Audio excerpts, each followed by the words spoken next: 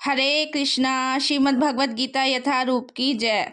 मैं डेली भगवत गीता का एक एक श्लोक पढ़ती हूँ, उसका हिंदी अनुवाद और तात्पर्य आपको पढ़ के सुनाती हूँ और आपको समझाने का भी प्रयास करती हूँ। तो एक एक श्लोकों के माध्यम से हम भगवान कृष्ण की वाणी को समझने का प्रयास करते हैं। भगवत गीता अध्याय 1 का मैंने एक एक श्लोकों का वीडियो बनाया है और आपको समझाने का भी प्रयास किया है। तो आज से हमारा अध्याय 2 चालू हो गया है, गीता का सार।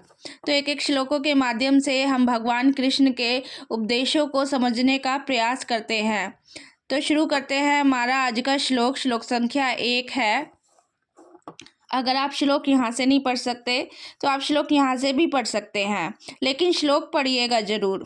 संजय उवाच तम तथा कृपया आविष्टम अश्रुपूर्ण आकुल ईषणं विषीदन्तम् इदं वाक्यम उवाच मधुसूदन। तो इस श्लोक में कह रहे हैं, संजय ने कहा। संजय कौन था? संजय धृतराष्ट्र का मंत्री था। संजय कह रहा है, करुणा से व्याप्त शोक युक्त अश्रुपूरित नेत्रों वाले अर्जुन को देखकर मधुसूदन कृष्ण ने ये शब्द कहे। तो कृष्ण ने जो शब्द कहे वो अगले श्लोक में लिखा है। तो इसके तात्पर्य में बता रहे हैं, भौतिक पदार्थों के प्रति करुणा, शोक तथा अश्रु ये सब असली आत्मा को ना जानने के लक्षण हैं। तो यानी कि भौतिक पदार्थों के प्रति, जैसे घर है, गाड़ी है, कुछ भी है, ये सब भौतिक पदार्थ तो हैं। तो भौतिक पदार्थों के प्रति करुणा, शोक, कोई वस्तु है, कोई व्यक्ति है, ये सब जो है भौतिक पदार्थों में आता है। तो भौतिक पदार्थों के प्रति करुणा, शोक तथा अश्रु ये सब क्या है? असली आत्मा को ना जानने के लक्षण हैं। शाश्वत आत्मा के प्रति करुणा ही आत्म साक्षात्कार है। मतलब आत्म साक्षात्कार का मतलब होता है अपनी आत्मा को जानना कि हम कौन हैं।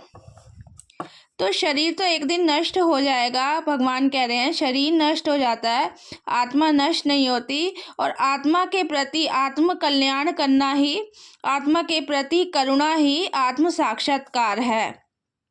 इस श्लोक में मधुसूदन शब्द महत्वपूर्ण है। ये जो मधुसूदन शब्द आया है ये महत्वपूर्ण है। कृष्ण ने मधु नामक असुर का वध किया था और अब अर्जुन चाह रहा है कि कृष्ण उस अज्ञान रूपी असुर का वध करे जिसने उसे कर्तव्य विमुख कर रखा है। मतलब अपने कर्तव्य से विमुख कर रखा है। अर्जुन कह रहा है कि कृष्ण उसके अज्ञान रूपी असुर का वध करे, जिसकी वजह से वह मतलब युद्ध नहीं कर पा रहा, कर्तव्य से विमुख हो रहा है। क्योंकि अर्जुन क्षत्रिय था और क्षत्रिय का जो कर्तव्य है वह युद्ध करना है, लेकिन अर्जुन अपने सगे संबंधियों को देखकर युद्ध करने से मना कर देता है कि मैं इन्हें नहीं मार सकता, मैं इन पर हथियार नहीं चला सकता। तो अब अर्जुन चाह रहा है कि कृष्ण उसके अज्ञान रूपी असुर का वध करे। तो इस श्लोक में यही मेन बात बता रहे हैं। इस श्लोक में बता रहे हैं कि इस अध्याय में हमें क्या पता चलेगा। इस अध्याय में हमें भौतिक शरीर तथा आत्मा के वैश्लेषिक अध्ययन द्वारा आत्म साक्षात्कार का उपदेश देता है। ये अध्याय बहुत ही इम्पोर्टेंट है, गीता का सार। इसमें आत्मा के बारे में और भौतिक शरीर के बारे में लिखा है, जिसकी व्याख्या परम अधिकारी भगवान कृष्ण द्वारा की गई है। मतलब इसकी जितने एक एक श्लोकों की भगवत गीता भगवान कृष्ण द्वारा बोली गई है। तो वैसे भी ये इम्पॉर्टेंट है, एक एक श्लोक भगवत गीता का हमारे लिए जानना बहुत ज़रूरी है कि भगवत गीता में भगवान कृष्ण ने क्या क्या कहा है। तो ये अध्याय 2 बहुत ही इसमें लिखा है कि इसमें भौतिक शरीर और आत्मा से रिलेटेड बातें लिखी हैं जो मनुष्य को जाननी चाहिए। तो ये कह रहे हैं ये किसी और द्वारा नहीं लिखी गई, साक्षात भगवान कृष्ण द्वारा लिखी गई हैं, परम अधिकारी भगवान कृष्ण द्वारा की गई हैं। जो ये उपदेश है भगवत गीता का, यह साक्षात्कार तभी संभव है जब मनुष्य निष्काम भाव से कर्म करे और आत्मबोध को प्राप्त करे।